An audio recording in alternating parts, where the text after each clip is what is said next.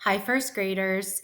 This week, we are going to finish up our book, Junie B. Jones, Aloha-Ha.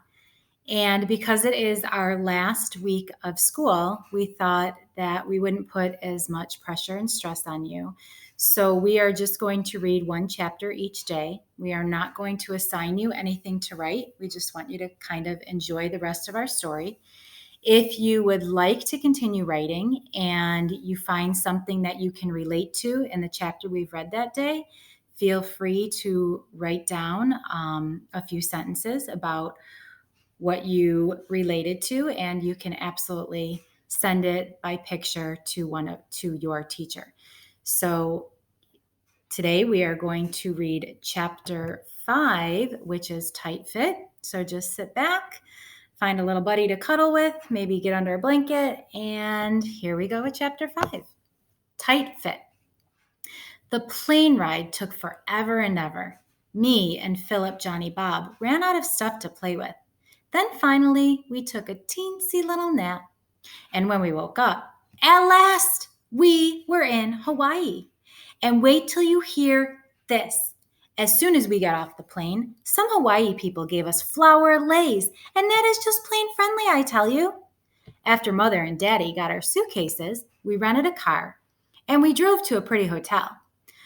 A man in a uniform opened the door for us. "Aloha," he said real nice. "Alo who?" I said back. "Aloha," said the man. Aloha is the Hawaiian word for hello and goodbye.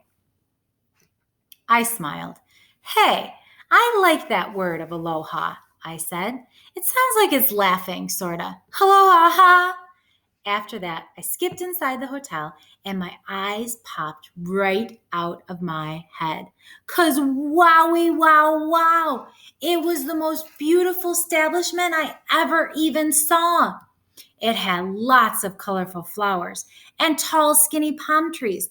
Plus, outside, there were 2 different kinds of water.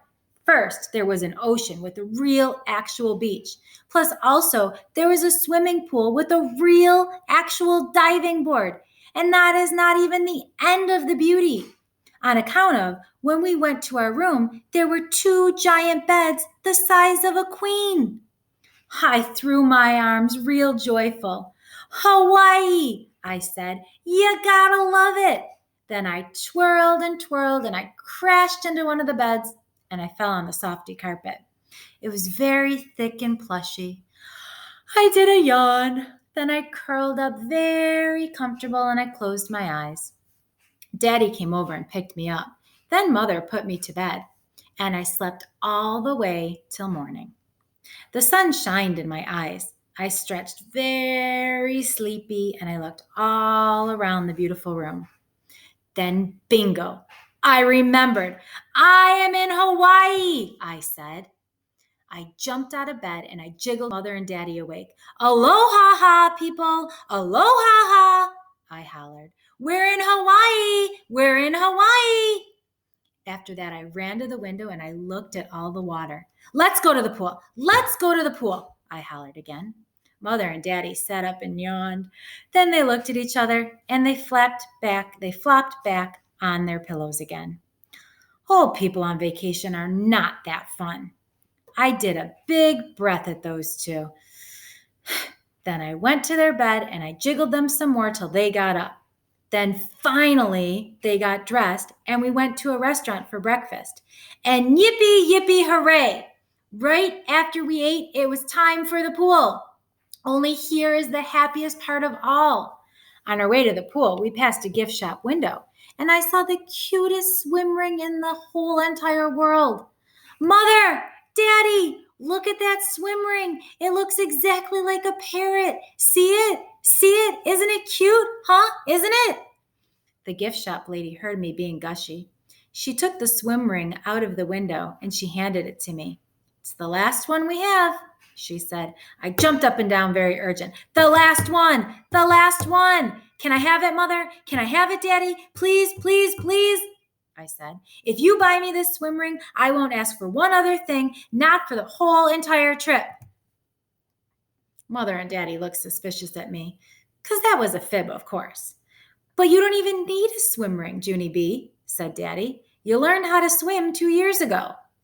Exactly, said Mother. Plus, this swim ring is way too small for you, honey. It's meant for children much younger than you are. I jumped up and down some more. But I know I can fit in this thing, Mother. I just know I can. I am thin as a noodle. I folded my hands real begging. Please, can I have it? Please, please, please. Daddy ran his fingers through his hair. That is a good sign usually. Then finally, he took my parrot swim ring and he gave the gift lady some money. I hugged and hugged him, very happy. Thank you, Daddy. Thank you. Thank you. You are the nicest daddy in the whole entire world. After that, I skipped to the pool with my parrot swim ring and I tried to put it on, but it was way too tight to fit. Daddy watched what I was doing. Looks like your mother was right, Junie B, he said. That swim ring is much too small. No, it isn't, Daddy. I know I can fit into this parrot, I said. I am positive I can. I thought for a second. Then I walked to the edge of the pool and I dropped my swim ring in the water and kerp, splash! I jumped through the middle and what do you know? I squeezed right in. I clapped and clapped real thrilled. See, Mother, see, Daddy, I called. I told you I could fit in this thing. I told you. I took a breath. It's just a little bit tightish around my middle, but I think I can still breathe. Possibly. I pushed away from the edge and I kicked to the other side. Did you see me swim over here, Mother? Are you watching me, Daddy? This parrot is speedy fast.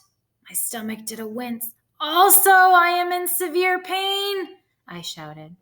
After that, I hurried up out of the pool and I rushed to Mother, speedy quick. Please get this off of me right exactly now, because this thing is squeezing my insides in half, I said. And so she and Daddy tried to wiggle it off of me. But the parrot didn't budge itself. I sucked in my tummy as skinny as it would go. Then all of us pushed and pulled and yanked and tugged and twisted and stretched. Plus also I jumped up and down. After that, I panicked and shouted, I'm stuck in my parrot! I'm stuck in my parrot! 911, I'm stuck in my parrot! Everyone turned around to look. Shh, said Daddy. Stop shouting. Then he quick found the air plug and he opened it up and whoosh, my parrot's air came rushing out. Soon my stomach could breathe again. Ah, better, I said. Thank you, Daddy, thank you. I waited till all the air was out, then I headed back to the pool. Mother snapped her fingers at me. Whoa, wait a minute. You can't go in the pool like that, Junie B. We still need to get that swim ring off of you, she said. You stay here and I'll go get my scissors. I raised my eyebrows at that word. Scissors? I said.